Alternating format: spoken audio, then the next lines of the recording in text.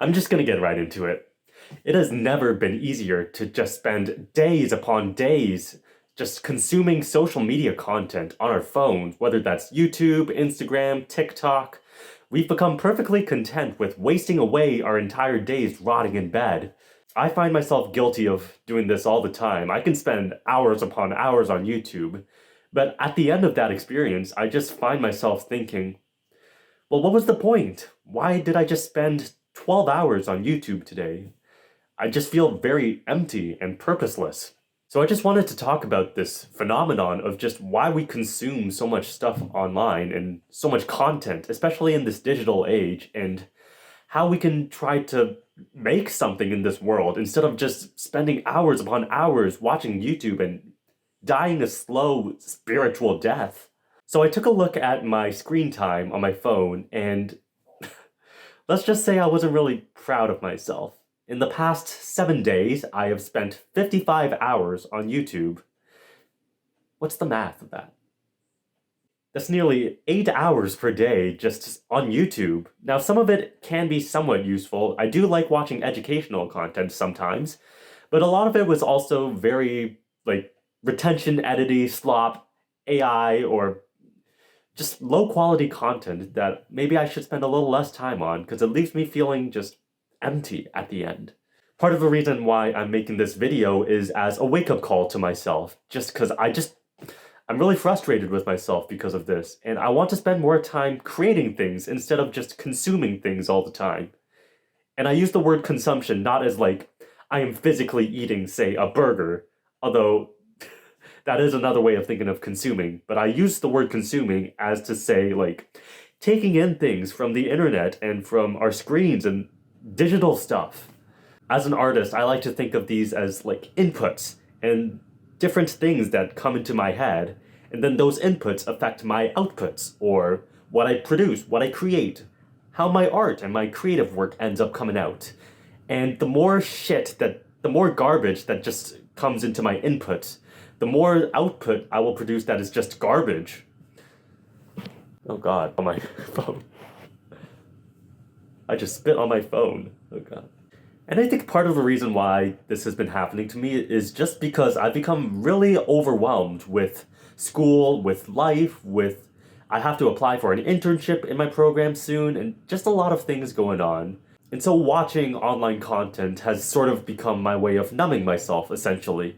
My sleep hasn't been the greatest. I think part of that might be due to the fact that my course schedule is a little weird this semester. I'm taking an evening course from 6 to 9, and then I get home at 10 p.m., and then I have to wind down, and it just messes with my sleep schedule. Maybe I'm just complaining a little and making excuses, but still, I'm just a little stressed right now. Part of the shifting of priorities has also been putting more emphasis on school for the time being, school and finding an internship. And I've stopped making progress on my musical for the time being. Normally, I like to keep this habit of writing every day, but lately I've decided to put that on pause, both to focus on school and also just because I feel like I'm hitting a creative roadblock right now. But over the past 2 weeks of not writing, I've noticed that my life has felt a little bit duller, or my perception of life. It's not like my life has been duller, actually, because I have been doing a lot of fun things, like being in my school's theater company, student theater company, and also meeting new people who I'm really enjoying getting to know. So it's not like there aren't wonderful things happening in my life, it's just my perception of it is very dull and grayed out. Partially, I think, due to the fact that I'm very more, focused on, business and work and internships and productivity, and I've stopped taking in things from an emotional aspect, say, and focusing on art and writing and music and creativity and meaning. And I've noticed that as I've lost this main outlet for creativity and expression through writing my musical, I've just been a little bit unhappier lately. Good things are happening in my life. It's not that I don't have that. I'm really blessed and grateful for the life that I live. It's just I've not been able to savor it and take it all in lately. So I wanted to get to the bottom of, why am I feeling this way? Is it partially due to the fact that I'm just not creating as much art? Is that literally it? does not creating art mean, like, depression, essentially? I'm not depressed, but sadness, we can say. And that reminded me of this quote from this anime I really like called Your Lie in April, which is about a musician, a pianist, essentially. And there's this quote that I really love is, "A life without music is death."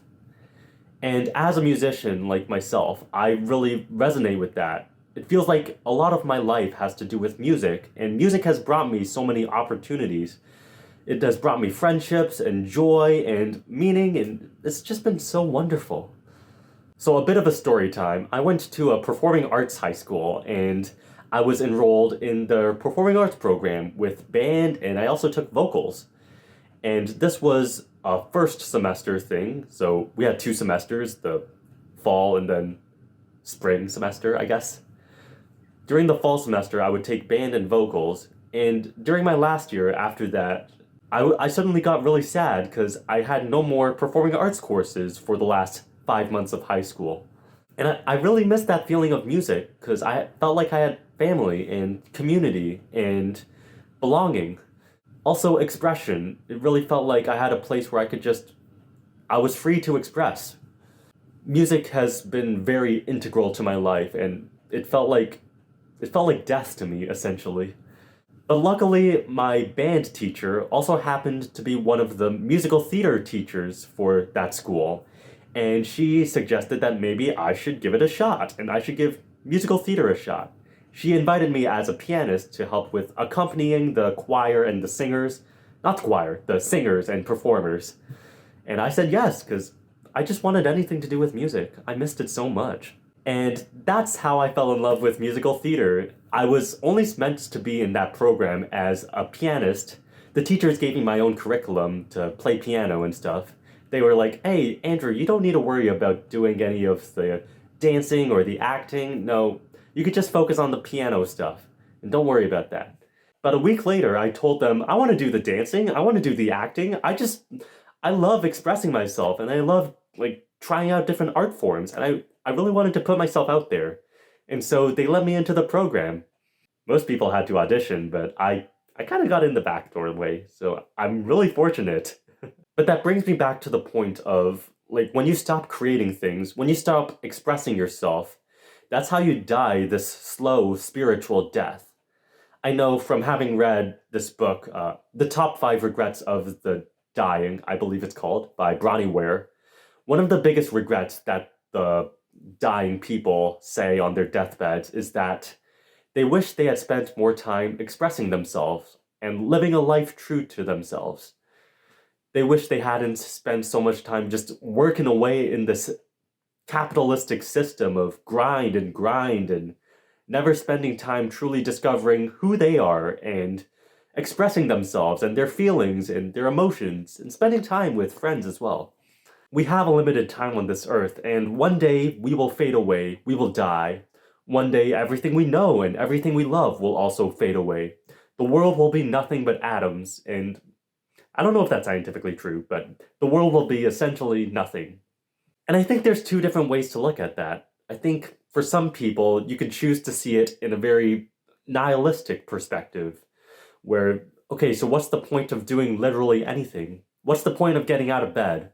Why not just spend my entire days rotting away? What's the point? What's the meaning? Why live? Why choose this life? But I choose to see it differently. Instead of thinking as that limitation as this constraint, I think of it as freedom.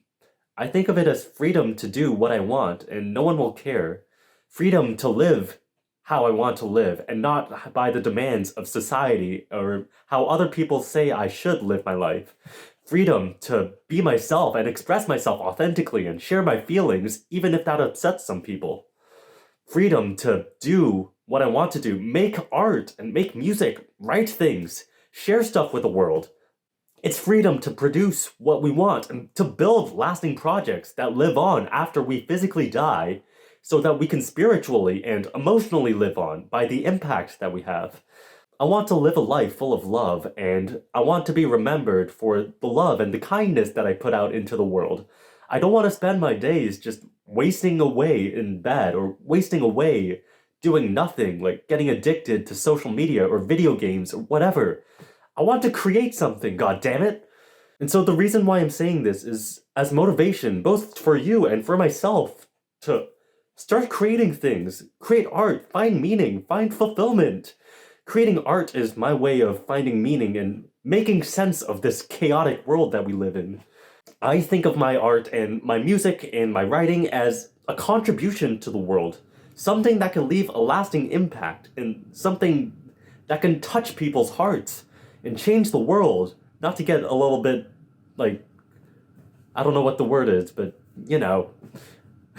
Because the world doesn't need more consumers. The world doesn't need more people watching more YouTube videos or more Netflix or more TV shows or whatever. The world doesn't need more people wasting away their entire days in this attention economy. The world needs more creators. The world needs more people with that fire and that passion to change the world. No, this video is one of my ways of trying to create something and to make something of myself. It doesn't have to be this big astronomical, like, 10 million views videos. Like, even if it gets 1 view or 2 views, that's enough for me. That means I have created something and I've made an impact on someone, hopefully. I would have at least tried, and I'd be damned if I didn't at least try. And I'm not saying you can never consume or never watch YouTube or Instagram or whatever, but if that's all you're doing, if that's all you're spending your entire day doing and you're not doing anything else, then why are you living? Because when we stop creating things and we stop building things, I think that is how we die spiritually. That is how we stop living and stop living a life of meaning. I don't know what else to say, but please just create something. Do something. Anything.